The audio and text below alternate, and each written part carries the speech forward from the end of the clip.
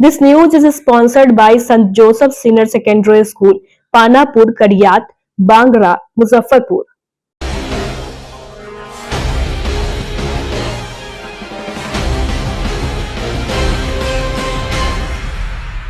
नमस्कार, मैं श्रुति और आप देख रहे हैं डेन न्यूज। खबरों को आगे बढ़ाने से पहले आइए एक नजर डालते हैं उन खबरों पर जो बनी है आज की सुर्खियां।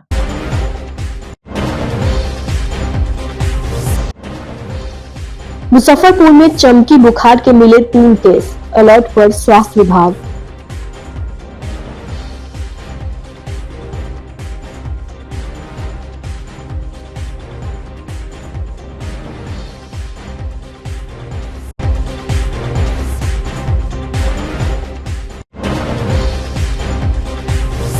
शादी के 5 साल बाद 3 साल की बेटी के साथ विवाहिता गायब, पति ने 8 लोगों पर लगाया अपहरण का आरोप।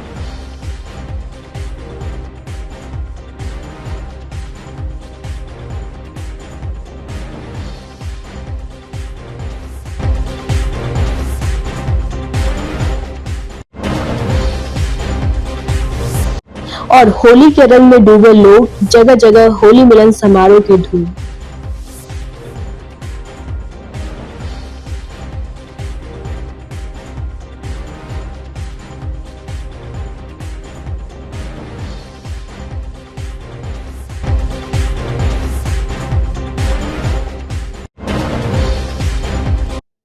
तो ये थी आज की सुर्खियां, अब खबरें विस्तार से। गर्मी के शुरू होने से पहले ही मुजफ्फरपुर में 3 बच्चे चमकी बुखार की चपेट में आ गए हैं। 2025 में एईएस का पहला मामला सामने आया है। आपको बता दें कि 3 दिन पहले एसकेएमसीएच के पीकू वार्ड में भर्ती कराए गए तीनों बच्चों में तेज बुखार चमकी के लक्षण दिखने पर परिजन उसे लेकर आए थे। इसके बाद जांच रिपोर्ट आने के बाद डॉक्टर ने बच्चे में एईएस की पुष्टि की है। 2025 में एईएस का यह पहला मामला है। वहीं परिजनों के मुताबिक 3 दिन पहले बच्चों को तेज बुखार आया था। इसके बाद ही कुछ देर बाद ही उनमें चमकी बुखार के लक्षण दिखने लगे। उसकी हालत देखकर आनन फानन में परिजन एसकेएमसीएच लेकर पहुंचे। चिकित्सकों ने उनका सैंपल जांच करने के लिए भेजा। एसकेएमसीएच प्रबंधक की ओर से इसकी report civil surgeon doctor Ajay Kumar को भेजी गई। सिविल सर्जन ने बताया कि तीनों बच्चों में एईएस के लक्षण पाए गए हैं और इलाज के दौरान उनमें एईएस की पुष्टि भी हुई है। हालांकि बच्चे की स्थिति में सुधार हो गया है। उन्होंने कहा कि एईएस को लेकर जिला प्रशासन और स्वास्थ्य कर्मी जागरूकता अभियान चला रहे हैं। अभिभावकों को भी गर्मी में बच्चों को बाहर नहीं निकलने देना चाहिए और समय समय पर भोजन करवाना जरूरी है। साथ ही पानी भी ज्यादा मात्रा में देना चाहिए।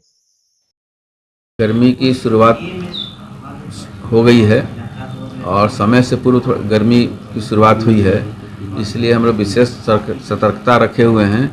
जैसा कि सर्वविदित है कि मुजफ्फरपुर ज़िला में एईएस के मरीज जो है इस समय मिलते हैं और उनको उनके स्वास्थ्य सुविधा बेहतर ढंग से मिले और जान माल की हानि नहीं हो, इसके लिए हम लोग विशेष प्रयास कर रहे हैं।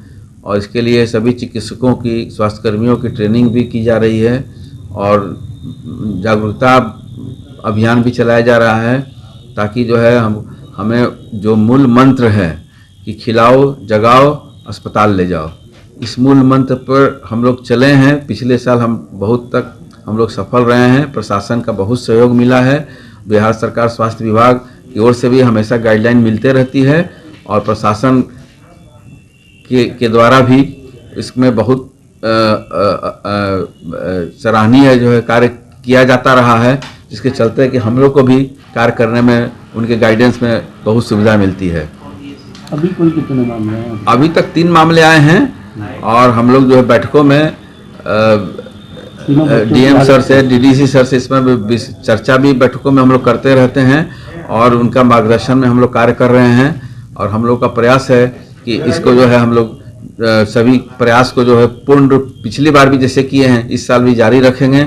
और इसमें हम लोग बेड भी, अस्पताल में बेड की संख्या भी हम लोग निर्धारित करके उसमें भी है, आवश्यक दवाओं की भी उपलब्धता कराई जा रही है और रूम की भी व्यवस्था की जा रही है, ताकि जो है इस पर हम लोग बहुत। तीनों बच्चों की हालत कैसी है? तीनों बच्चे स्वस्थ हैं, स्वस्थ होकर एसकेएमसीएच में भर्ती थे, स्वस्थ होकर अपने अपने घर चले गए हैं। और वहाँ भी डॉक्टर साहनी से भी हम लोग मिले हैं, बात की है, एसकेएमसीएच जाकर मैं खुद ही बात किया हूँ और इसके संबंध में जो है और किस तरह से बेहतर हम लोग कर सकें इसके बारे में प्रयासरत, स्वास्थ्य विभाग प्रयासरत है। मुजफ्फरपुर में शादी के 5 साल के बाद एक विवाहिता अपने 3 साल के मासूम बेटी के साथ अचानक गायब हो गई। घटना कथैया थाना इलाके के महिमा गोपीनाथपुर गांव की है। लड़की पक्ष ने इसको लेकर कथैया थाना में अपहरण का एफआईआर दर्ज करवाया है, जिसमें गांव के ही विक्रांत कुमार उर्फ छोटे समेत 8 लोगों को आरोपित बनाया है। लड़की के पति का कहना है कि विक्रांत समेत इन सभी लोगों ने मिलकर उनकी पत्नी व बच्चे का गलत नियत से अपहरण कर लिया है, जिसको लेकर पीड़ित परिवार लगातार पुलिस कार्यालय का चक्कर लगा रहा है। सोमवार को एआईएमआईएम के दिल्ली प्रदेश के युवा प्रभारी अरशद अशरफी ने मुजफ्फरपुर के ग्रामीण एसपी विद्यासागर को एक ज्ञापन देकर लड़की की बरामदगी एवं दोषियों पर कड़ी कार्रवाई करने की मांग की है। बताया गया है कि 25 वर्षीय शाहजहां खातून को 25 तारीख की सुबह 3 बजे विक्रांत समेत उनके गुर्गों ने जबरन अपहरण कर लिया। इसके बाद से लड़की का कोई ट्रेस नहीं मिला है। फिलहाल पुलिस का कहना है कि मामले की जांच की जा रही है। इसको लेकर आज एसपी साहब से मिले हैं। एसपी साहब ने शासन दिए हैं कि आपके बच्चे और आपकी वाइफ को जल्दी रिकवर किया जाएगा। क्या है पूरा मामला, क्या था? पूरा मामला ये था कि 25 फरवरी को मेरी वाइफ का अगवा किया गया है घर से। उसका गांव का है, गोपीनाथपुर के कुछ लड़के थे। क्या आपराधिक प्रवृत्ति के लोग हैं? जी। अच्छा, बच्चे भी आपके साथ? जी, बच्चे 3.5 साल के बच्चे हैं मेरे। काफ़ी खोजबीन किए हैं? खोजबीन किए सर, कहीं मिला नहीं, मुझे कुछ पता नहीं चला मुझे। आज कहाँ आए थे? जी, एसएसपी के ऑफिस हम यहाँ आए थे। सर से मुलाकात हुई? सर से मुलाकात हुई है। सर ने शासन दिए हैं कि जल्दी कार्रवाई किया जाएगा। में आज हम एसपी मुजफ्फरपुर से मिलने आए थे और उनसे मिला। उन्होंने आश्वासन दिया है, जो वहाँ के थाना अधिकारी है उनको बुला के, कि जल्द से जल्द जो लड़की का अपहरण हुआ है, हाँ, उनकी गिरफ्तारी होगी। और गिरफ्तारी में तकरीबन जो आरोपी है उसके साथ तकरीबन 8 या 9 लोग हैं, जिनका नाम हमने एफआईआर में मेंशन करा। और एफआईआर में मेंशन करने के बाद और अब उनको दिया है। मुझे एसएसपी साहब से जो है बिल्कुल मैं मुतमईन हूँ कि वो इस चीज़ पे पुरजोर कोशिश कर रहे हैं। और थोड़ा सा और मैं आपसे रिक्वेस्ट करूँगा एज अ मीडिया के माध्यम से, क्योंकि मैं दिल्ली से आया हूँ और चला भी जाऊँगा, तो मैं आपसे ये रबन अपील कर रहा हूँ कि आप इस केस को थोड़ा सा और पेचीदा करके लें और जल्द से जल्द गिरफ्तारी उन लोगों को करें। बच्चे भी शामिल है क्या? बच्चा भी साथ में? हाँ, और मेन चीज़ ये है कि लड़की के साथ जो है हमारी भांजी है 3 साल की, वो भी उनके साथ लापता है और हम लोग सब परेशान हैं। हर जगह दर-बदर भटक रहे हैं। इनके हस्बैंड हैं उनके, ठीक है। और मुझे कोशिश हम लोग लगातार कर रहे हैं। जहाँ तक हम लोगों को ये मिला कि किडनैप करके उनको जो रखा गया था, शाहगंज में रखा गया था, उत्तर प्रदेश के शाहगंज में। मैंने वहाँ की मजलिस-ए-इत्तेहादुल मुस्लिमीन की टीम से संपर्क करा और संपर्क करने के बाद वहाँ पे इत्तला डाली गई। बट जब तक हमारे जो भाई हैं आफ्ताब और इनके हस्बैंड जब तक वहाँ पहुँचे तो वो लड़की को लेके वहाँ से फरार था। वहाँ पे भी जो कुछ लोग थे, दो लोग जो जिनका नाम हमने मेंशन करा है, उनके साथ 8 लोग थे, उनका भी नाम मेंशन कर दिया है हमने। उनके साथ वहाँ से हटा दिया गया। एसपी ने क्या आश्वासन दिया? एसपी साहब तो थोड़ा नाराज़ भी हुए इस चीज़ से कि क्या बोलते हैं कि देर कार्रवाई हो रही है। और बल्कि एसएचओ साहब को बोला भी गया इस चीज़ के लिए, बुला के, जो थाना के एसएचओ है। और एसपी साहब ने आश्वासन दिया है कि हम करेंगे। और मुझे उम्मीद है कि जो मैंने आपको एप्लीकेशन दिया है उसकी रिसीविंग आप या तो मेल द्वारा हमें कर दीजिएगा रिसीविंग, या तो नंबर द्वारा मैसेज कर दीजिएगा। क्योंकि हम लोग दिल्ली के अंदर किसी भी अधिकारी से, कमिश्नर ऑफ पुलिस या आईजी या डीआईजी से मिलने जाते हैं तो हम उनसे रिसीविंग लेके आते हैं। मुजफ्फरपुर के बीआरए बिहार विश्वविद्यालय में पीजी सेकेंड सेमेस्टर के रिजल्ट में गड़बड़ी का मामला सामने आया है। छात्र जदयू ने कुलपति से मिलकर इस मुद्दे को उठाया है। कुलपति से आंसर की को सार्वजनिक करने की मांग की है। छात्रों का आरोप है कि रिजल्ट का प्रकाशन सही ढंग से नहीं की गई है। जिन छात्रों को कॉलेज ने प्रैक्टिकल में जितने नंबर दिए थे, रिजल्ट प्रकाशन में उतने नंबर नहीं है। इससे साबित होता है कि रिजल्ट में गड़बड़ी की गई है। इसके अलावा जिन कॉलेज में पीजी के मात्र 50 छात्र है, वहां 48 छात्र फेल कर दिए गए हैं। ऐसे में रिजल्ट में गड़बड़ी की गई है। सोमवार को छात्र जदयू के एक प्रतिनिधि मंडल ने कुलपति से मिलकर पीजी सेकंड सेमेस्टर सत्र 2023-25 की जारी किए गए रिजल्ट में गड़बड़ी की आशंका जताई है। छात्रों का समूह कुलपति से आंसर पेपर सार्वजनिक करने की मांग की है। प्रतिनिधि मंडल का कहना है कि रिजल्ट में इतनी गड़बड़ी नहीं हो सकती है कि एक कॉलेज का पढ़ने वाला सभी बच्चा फेल हो जाए। कॉपी चेकिंग के दौरान गलत मार्किंग की गई है।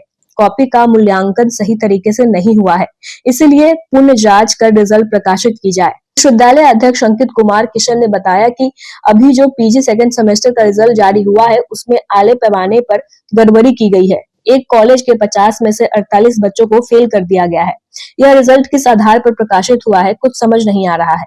कुछ बच्चों का कहना है कि उनके कॉलेज ने प्रैक्टिकल में अलग नंबर दिए थे, लेकिन विश्वविद्यालय में वह बदल दिए गए। विश्वविद्यालय आंसर को सार्वजनिक करे ताकि बच्चे अपनी कॉपी देखकर संतुष्ट हो जाए। अभी जो तत्काल में पीजी सेकेंड सेमेस्टर का जो रिजल्ट प्रकाशित हुआ है उसमें इतनी गड़बड़ी पाई गई है, तो मतलब किसी कॉलेज में अगर 50 बच्चा है उसमें 48 बच्चा को फेल कर दिया गया है। इस किस आधार पर रिजल्ट को प्रकाशित किया गया है कुछ समझ में नहीं आ रहा है। बहुत सारे बच्चे का यह मतलब कहना है सो हमारे कॉलेज में कुछ और नंबर दिया गया था प्रैक्टिकल में, और यहाँ पे विश्वविद्यालय द्वारा जो जारी किया गया है ऑनलाइन रिजल्ट उसमें कुछ और अंक प्राप्त हुआ है हमको। तो बहुत ज़्यादा मतलब गड़बड़ी इसमें है, और इसी मांग को लेकर और हम लोग छात्र जदयू की तरफ से अब हम लोग ज्ञापन कुलपति महोदय को देंगे, और इसमें कहना है कुलपति महोदय से सो आप जो आंसर की है आंसर की को सार्वजनिक किया जाए और बच्चा खुद संतुष्ट हो जाएगा। सो देख के सो हमने जो आंसर दिया और हम विश्वविद्यालय द्वारा जो सही आंसर की जारी करेगा उसमें हमारा क्या गलत है क्या सही है। तो यही मांग है कुलपति महोदय से। कुछ बिंदु पे हम लोग उनसे मांग रखे हैं, इन तमाम बिंदुओं पे इस पे पुनः जांच करके और पुनः से दोबारा से रिजल्ट प्रकाशित करने का कृपा करेंगे। जैसा कि अभी पीजी सेकेंड सेमेस्टर का रिज़ल्ट जारी हुआ है 23-25 सत्र का, तो इनमें कई बच्चों का रिज़ल्ट फेल हुए हैं। तो बच्चों ने अपने शिक्षकों से अपने आंसर्स को जांच भी कराया, जो उन्होंने भर के आया था उन्होंने बताया कि हमने ऐसे ऐसे लिखा है। तो इस आधार पे जो उन्होंने अपने प्राचार्यों से अपने शिक्षकों से ज्ञात किया कि उनका क्या आकलन हो सकता है, उसके अनुसार उनको काफ़ी कम नंबर मिले हैं। तो हमारी कुलपति महोदय से यह मांग है कि जो ऑब्जेक्टिव क्वेश्चंस है उसके आंसर की जल्द से जल्द जारी करे, साथ ही जो सब्जेक्टिव क्वेश्चंस है उसके भी मार्किंग स्कीम यानी उसके भी आंसर को जारी किया जाए कि आखिर किन मापदंडों के आधार पर नंबर दी गई है। ऐसा देखा गया है कि जब भी बच्चे आरटीआई के तहत कॉपी निकालते हैं तो उत्तर पुस्तिका में देखा जाता है कि बच्चों का बिना चेक किए या काट कर सीधा 0 या 1-2 नंबर दे दिया जाता है। तो ये मापदंड पता ही नहीं चलता है कि आखिर किस आधार पर उनको 1 नंबर 2 नंबर या 0 नंबर दिया गया है। तो आरटीआई के तहत हम उत्तर पुस्तिका मांग सकते हैं, लेकिन उत्तर पुस्तिका में वह 2 नंबर किस आधार पर दिया गया है यह नहीं मांगी जा सकती है। इसीलिए हमारी कुलपति महोदय से अनुरोध है कि वह सभी विभाग के एचओडी हो चाहे शिक्षक हो उन सबको मांग की जाए कि आपने किन आधार पर उत्तर पुस्तिका चेक की है उसका उत्तर सार्वजनिक करे, ताकि बच्चे यह मिलान कर सके कि उनको जो अंक दिया गया है वह उचित है या अनुचित है। इस आधार पर हमारी आगे की कार्रवाई होगी। फिलहाल हमारी यही मांग है कि जो उत्तर पुस्तिका जिस आधार पर उत्तर चेक किया गया है वो सार्वजनिक करे, आंसर की जारी करे ऑब्जेक्टिव का, और सब्जेक्टिव क्वेश्चंस का मार्किंग स्कीम जारी करे। यही हमारी कुलपति महोदय से मांग है। विधानसभा चुनाव से पूर्व सरकार के नीतियों के खिलाफ अब नॉर्थ बिहार के तमाम गिट्टी व्यवसायी हड़ताल पर जाने का ऐलान किया है। मुजफ्फरपुर के कच्ची पक्के स्थित एक निजी सभागार में नॉर्थ बिहार के तमाम गिट्टी व्यवसायी सोमवार को एक साथ एक मंच पर पहुंचे और सरकार के नीतियों का खुले मन से विरोध किया है। साथ ही व्यवसायी संघ ने कहा है कि नॉर्थ बिहार में लगभग 25 ऐसे रैंक पॉइंट है जहां के हजारों व्यवसायी झारखंड और बंगाल से रैंक के माध्यम से गिट्टी मंगवाते हैं और यहां पर सरकारी और निजी कार्यों में गिट्टी का सप्लाई करते हैं। लेकिन बिहार सरकार और खनन विभाग लगातार हम व्यवसायियों पर गलत नीति थोप रही है, जबकि हम पहले से ही व्यवसाय को लेकर कई तरह के टैक्स सरकार को भरते आ रहे हैं। बावजूद इसके सरकार व्यवसायियों के साथ सौतेला व्यवहार कर रही है। व्यवसायियों ने कहा कि मांगों को नहीं मानते हैं तो नॉर्थ बिहार के तमाम गिट्टी व्यवसायी 1 अप्रैल से हड़ताल पर चले जाएंगे, जिसके कारण तकरीबन 50,000 मजदूरों के चूल्हे पर इसका असर पड़ सकता है।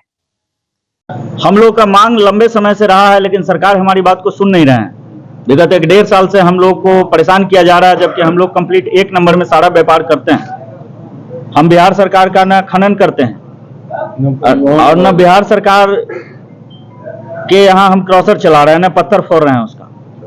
हम लोग झारखंड और बंगाल से पत्थर का ट्रेडिंग करते हैं, विपणन करते हैं, खरीद के वहां से पत्थर लाते हैं और यहाँ सरकारी और गैर सरकारी कार्यों में पत्थर की आपूर्ति करते हैं। बावजूद सरकार द्वारा कभी धर्म कांटा लगाओ, हम जिस चीज को सीएफटी में बेच रहे हैं, सीएफटी में खरीद रहे हैं, उसमें कांटा लगाया क्या होगा? ये आलू प्याज तो है नहीं कि हमको तौल के बेचना है।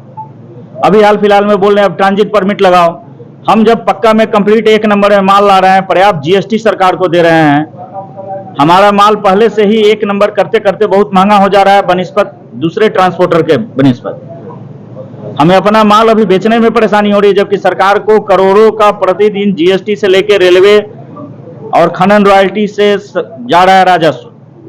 बावजूद सरकार हमारे ही भारतीय रेल पत्थर व्यवसायी पे ही हर एकाध महीना पे कुछ नया नया दमनकारी नीति लगाना शुरू कर दी है, जिसके लिए मैं लगभग 1.5 साल से खनन मंत्री महोदय से भी मिला और प्रधान सचिव खान और खान निदेशक महोदय से भी मिला और उन लोगों को आवेदन दिया हूं कि हम लोगों को यह इस नीति नियम से अलग किया जाए। ट्रांजिट परमिट या धर्म कांटा से हमें कोई मतलब नहीं है, कोई सरोकार नहीं है, इस चीज को हम लोगों पे न लगाया जाए। सरकार की यही गतिविधि रही तो फिर आगे हम लोग को स्ट्राइक में जाना होगा। आवेदन दे के आए हैं, अब देखते हैं सरकार क्या हमारी कहां तक सुन रही है, विभाग कहां तक सुन रहे हैं। अगर नहीं सुनेंगे तो फिर हम आगे विगत कुछ दिन बाद ही स्ट्राइक में चले जाएंगे और पूरा बिहार भारतीय रेल पत्थर व्यवसायी स्ट्राइक में रहेंगे। इस व्यापार से लाखों मजदूर, लाखों परिवार जी रहे हैं, लाखों लोग बेरोजगार हो जाएंगे। एक तरफ सरकार रोजगार देने की बात कर रही है और सरकार के नीति के हिसाब से हम लोग बेरोजगार होने की स्थिति में आ गए हैं। मतलब सरकार अगर आपकी मांग को नहीं मानती है तो आप लोग स्ट्राइक पर जाएंगे? एकदम निश्चित रूप से सरकार हमारी मांगों को नहीं मानती है तो हम लोग निकट भविष्य में ही स्ट्राइक पे जाएंगे, लंबे समय में नहीं, नजदीक में ही जाएंगे। हम लोग बिहार में पत्थर जो है रेलवे के द्वारा मंगाते हैं और इसमें हमें बिहार सरकार का कोई भी खनन, हम लोग किसी भी खदान से खनन नहीं करते, हम लोग ट्रेडिंग का काम करते हैं। और बिहार सरकार ने खनन का जो भी सारा नियम है वो सारे नियम को इस ट्रेडिंग के व्यवसाय पे थोप दिया और जबरदस्ती हमसे अपनी बात को मनवा रहा है, जबकि हम अवैध खनन का कोई भी काम नहीं करते। हम जो है झारखंड से पत्थर लाते हैं, रेलवे के द्वारा लाते हैं। एक रैक रेलवे के रैक पॉइंट पर कम से कम नहीं तो 500 मजदूर जो है प्रत्यक्ष रूप से काम करते हैं और पूरे बिहार, नॉर्थ बिहार में 28 रैक पॉइंट और सब के व्यवसाय को ये बिहार सरकार जो है कांटा लगाओ। एक आदमी एक रैक पॉइंट पर 2 कट्ठा 3 कट्ठा में लेके, सब शिक्षित रोजगार लोग हैं, छोटे छोटे व्यवसायी हैं, 2 कट्ठा 3 कट्ठा जगह में लेके अपना गिट्टी का व्यवसाय करते हैं। उसमें बिहार सरकार कर रहा है कि आप धर्म कांटा लगाइए, अब उसमें वो धर्म कांटा लगाएंगे कि अपना उसमें गिट्टी रखेंगे और उसके बाद अब हम लोग को कह रहा है कि आप लोग को परमिट लगाया जाएगा। 100 रुपया प्रति टन जो है आप लोग पर टन आपको लोग को मतलब परमिट लगेगा, जिससे एक रैक में कम से कम 2 लाख रुपया लागत बढ़ जाएगी और हम लोगों का माल जो है, हम लोग जो है डबल ट्रांसपोर्टिंग हम लोग के माल में हमेशा लगता है। इससे चलते हम लोग का माल महंगा हो जाएगा तो कोई हम लोग का माल नहीं कर देगा। अगर सरकार आप लोगों की इस बात को नहीं मानती है तो फिर क्या करेंगे? फिर तो हम लोग के पास जो एक ही विकल्प है कि हम अपने काम को बंद कर देंगे, हड़ताल पे जाएंगे।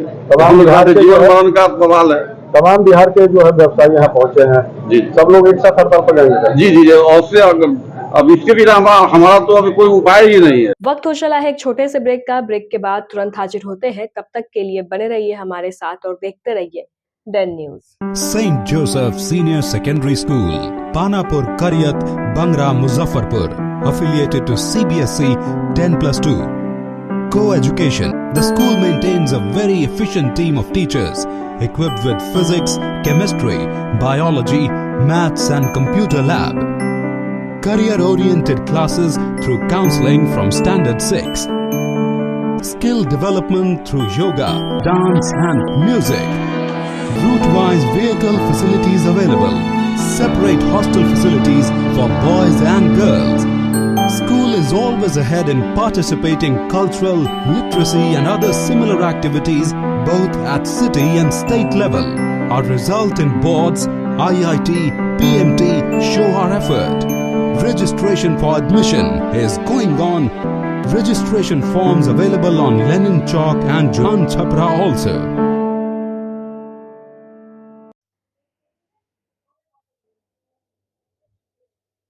ब्रेक के बाद एक बार फिर से आपका स्वागत है। तो लिए बढ़े चलते हैं आपको अगली खबरों की ओर। बिहार का देवघर कहे जाने वाले मुजफ्फरपुर के बाबा गरीबनाथ धाम में रंगभरी एकादशी के अवसर पर सोमवार को पुजारी और श्रद्धालुओं ने अबीर और गुलाल से होली खेली और भोले बाबा का महाश्रृंगार किया। इस दौरान ढोल नगाड़ों की थाप से पूरा मंदिर परिसर गूंज उठा। सभी ने एक साथ फागुन के गीतों पर खूब मस्ती की और एक दूसरे को रंग गुलाल लगाकर शुभकामनाएं दी। मंदिर के पुजारी महंत अभिषेक पाठक ने कहा कि होली आपसी सद्भाव और भाईचारा का त्योहार है।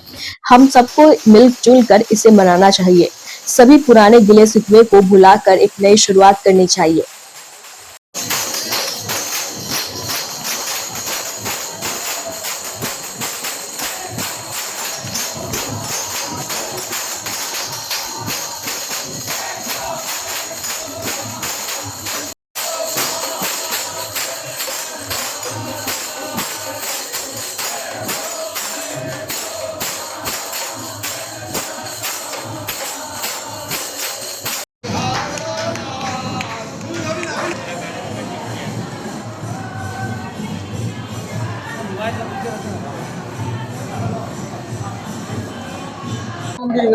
ये बाबा गरीबनाथ धाम में आज रंगभरी एकादशी के शुभ अवसर पर सभी भक्तों द्वारा, सभी ब्राह्मणों द्वारा, यहाँ के जो भी पुरोहित है, आचार्य हैं, उन लोगों के द्वारा जो है आज भगवान भोलेनाथ का जो है रंगभरी एकादशी का जो है ये होली उत्सव जो है ये मनाया गया। और आप देख रहे हैं कि गरीबनाथ मंदिर में आज भक्तों की बहुत सारा भीड़ है। ये आस्था का भीड़ है, ये सनातन का भीड़ है। और आज मुजफ्फरपुर ही नहीं, आज गोपालगंज में भी आज धीरेन्द्र शास्त्री जो है बहुत उत्सव से जो है होली का आनंद, रंग भरी एकादशी का आनंद जो है वहाँ गोपालगंज में भी उन्होंने मना रहा है। और ये एकजुट होने की है, ये होली नहीं, ये सनातन की एकजुट होने का जो है ये पर्व है, ये सनातनियों का पर्व है। इसको खूब आनंद से और मंगलमय होकर आप लोग मनाइए। सभी मुजफ्फरपुर वासियों का यही हमसे आग्रह है। और आप लोगों को होली का जो है बहुत सारी बधाई। जय भारत, जय सनातन। क्या कुछ किया गया बाबा? देखिए, हर साल की तरह इस साल भी फागुन एकादशी पे सेवक परिवार और पुजारी परिवार की ओर से बाबा गरीबनाथ जी का वीर गुलाल और भस्म से महाश्रृंगार किया गया है, जो कि परंपरागत है। शुरू से ये परंपरा चला आ रहा है कि फागुन एकादशी के दिन सबसे पहले सेवक परिवार और यहाँ के पुजारीगण जो है वो पहले बाबा गरीबनाथ के साथ होली खेलेंगे।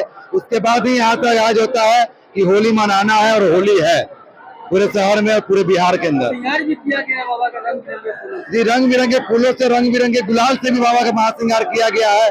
56 प्रकार का भोग भी बाबा का लगा है और भक्तों के लिए ऊपर में प्रसाद की व्यवस्था किया गया। जो होली के आने वाले हैं, सेवक परिवार है और पुजारी परिवार है, इनके लिए भोजन की व्यवस्था की गई है। बिहार गुरु के द्वारा मुजफ्फरपुर के इमली चट्टे स्थित एक निजी होटल के सभागार में होली महोत्सव का आयोजन किया गया, जिसमें रंगों की उमंग और सामाजिक सुहागरा की झलक देखने को मिली। इस दौरान विभिन्न क्षेत्रों में उल्लेखनीय योगदान देने वाले 100 विशिष्ट व्यक्तियों को सम्मानित किया गया, जिसमें समाज सेवा, शिक्षा, राजनीति, प्रशासन और कला संस्कृति से जुड़े लोग शामिल थे। महोत्सव के दौरान सांस्कृतिक कार्यक्रमों और पारंपरिक होली गीतों और नृत्य प्रस्तुतियों से समा बांध दिया गया। ढोल नगाड़ों की थाप और लोकगीतों की गूंज से पूरा माहौल उमंग से भर उठा।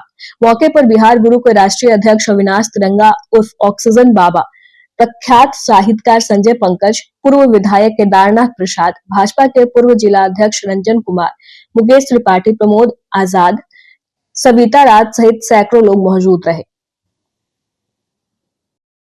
होली मिलन समारोह है और होली में कार्यक्रम की कमी रहती है क्या?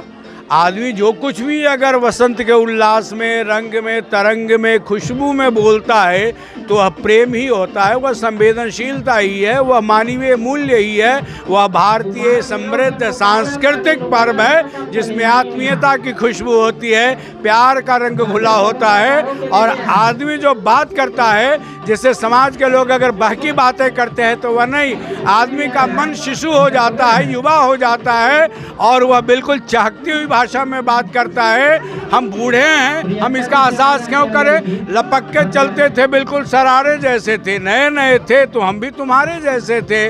तो हम अपना वह दिन याद रखते हैं। और वसंत हर उम्र में अगर ठहर जाता है तो समझ लीजिए कि उसमें ऊर्जा है, ताजगी है, नवीनता है, संवेदनशीलता है और प्रेम का वह दीर्घ उल्लास है जिस उल्लास के लिए लोग तरसते रहते हैं। यह भारत ही है जहाँ ऋतुएं आत्मीयता और प्रेम लेकर आती है। यह भारत ही है जहाँ तमाम विभेद मिट जाता है और ज्ञान भी संवेदनात्मक प्रेम के प्रवाह में प्रवाहित होता है। हमारे श्री कृष्ण पूर्णावतार श्री कृष्ण भी रण क्षेत्र को लीला भूमि बना देते हैं और वह गीता का उपदेश देते हैं। तो रण में भी शांति चित्ता के साथ प्यार का संदेश दिया जाए, जीवन के यथार्थ को बताया जाए। होली जीवन के यथार्थ को बताने वाली वसंत के वातावरण का एक बड़ा भारतीय आत्मीय पर्व है जिसकी आज वैश्विक उपस्थिति है। बहुत बहुत धन्यवाद। आप सबको होली की बहुत बहुत शुभकामनाएं। राष्ट्रीय कानून संघ के द्वारा सोमवार को मुजफ्फरपुर के आमगोला स्थित एक निजी बैंकेट हॉल में होली मिलन समारोह का आयोजन किया गया, जिसमें समाज से जुड़े लोगों ने एक दूसरे को रंग गुलाल लगाकर होली की शुभकामनाएं दी। इस दौरान विभिन्न सांस्कृतिक कार्यक्रम आयोजित किए गए, जिसमें नृत्य संगीत शामिल रहा। संघ के अध्यक्ष विकास गुप्ता ने कहा कि इस कार्यक्रम का उद्देश्य आपसी भाईचारा बढ़ाना और सामाजिक सद्भावना को मजबूत करना है। मौके पर पंकज कुमार, प्रोफेसर सुरेश गुप्ता, रत्नेश गुप्ता, आशुतोष गुप्ता, सोनू गुप्ता, राजीव गुप्ता, विनोद गुप्ता सहित संघ से जुड़े दर्जनों लोग मौजूद रहे।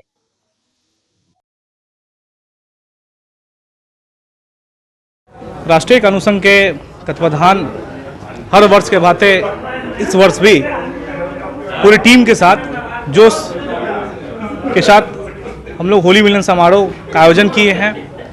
आज होली मिलन समारोह में सभी लोग अपने पुराने गम को भूलकर इस जीवन में नए आनंद के साथ पूरे रंगों का उत्सव, रंगों का त्यौहार होली मनाए हैं। रंगों का त्यौहार आप लोगों के जीवन में खुशियाँ एवं आनंद लाए। साथ ही साथ राष्ट्रीय कानून संघ हर बार पूरे समाज को एकत्रित करके पूरे समाज के जो भी गणमान्य और गार्जियन हैं और युवा पीढ़ी के जितने भी लोग हैं उनके साथ हमेशा होली मिलन समारोह का आयोजन की है, हर्ष और उल्लास के साथ मनाई है। आज भी पूरी टीम एकत्रित होकर, पूरी समाज, कानून समाज एकत्रित होकर यहाँ पर उपस्थित है। सब लोग खुशियाँ मनाए हैं और खूब ढेर सारा हम लोग रंगों का त्यौहार होली बड़ी आनंदमय मनाए हैं। अन्य वर्षों के बाद इस बार भी कानू हलवाई परिवार होली मिलन समारोह जो है बड़ी धूमधाम से मना रहा है और इस बासंती वेला में जितने भी युवक हैं उनको होली की पावन पर्व पर हार्दिक बधाई, शुभकामनाएं। हाँ, सब लोगों की जो हम लोग के कभी मौका नहीं मिल पाता है एकजुट होने का, अपना मन का इच्छा का उल्लास व्यक्त करने का, यह पावन बेला पर ही हम लोग अपने मन की उत्साह को व्यक्त करते हैं और सभी लोगों की जो कुछ भी अनसुनी रह जाती है, ये पावन मौका पर वो एक दूसरे से अपना दुख का पाठ कर और खुशियों का आनंद लेते हुए अपना फिर से जीवन का यापन गर्दा उड़ा दी है होली में क्या होली है। सोमवार को मुजफ्फरपुर के लेनिन चौक स्थित Saint Joseph senior secondary school में न्यू एजुकेशन पॉलिसी 2020 के अंतर्गत फिजिकल हेल्थ एजुकेशन का आयोजन किया गया, जिसमें कक्षा 1 और कक्षा 2 के बच्चों का body mass index, height, weight, trapping test और फ्लैमिंगो बैलेंस टेस्ट का आयोजन किया गया। विद्यालय के निर्देशक प्रमोद कुमार ने बच्चों को पीएचई के बारे में प्रकाश डाला। कार्यक्रम को सफल बनाने में विद्यालय के शिक्षक प्रभात कुमार, रंजीत प्रसाद, सूफी परवीन, मनोज कुमार, सीमा कुमारी, अनामिका ने अहम भूमिका निभाई। आज हमारे विद्यालय में पीएचई फिजिकल हेल्थ एजुकेशन जो भारत सरकार का न्यू एनईपी है 2020 उसके तहत यह हो रहा है। जिन बच्चों का एग्ज़ाम समाप्त हो चुका है किड से लेकर स्टैंडर्ड 4 का, आज उनका हमारे यहाँ फिजिकल हेल्थ एजुकेशन के तहत हाइट, वेट और क्लैप टेस्टिंग का मैपिंग हो रहा है। इसमें सारे बच्चे भाग ले रहे हैं। फिर कल भी हमारे यहाँ है, यह लगातार 25 मार्च तक चलेगा। इसमें सारे बच्चों का फिजिकल हेल्थ एजुकेशन और बच्चों का खेल के प्रति क्या उद्देश्य है, क्या एम है, कौन सा गेम को वह पसंद करते हैं, यह जानने का प्रयास किया गया है। आज की खबरों में बस इतना ही। कल फिर मिलेंगे कुछ नई खबरों के साथ। तब तक के लिए हमें दीजिए इजाजत। नमस्कार।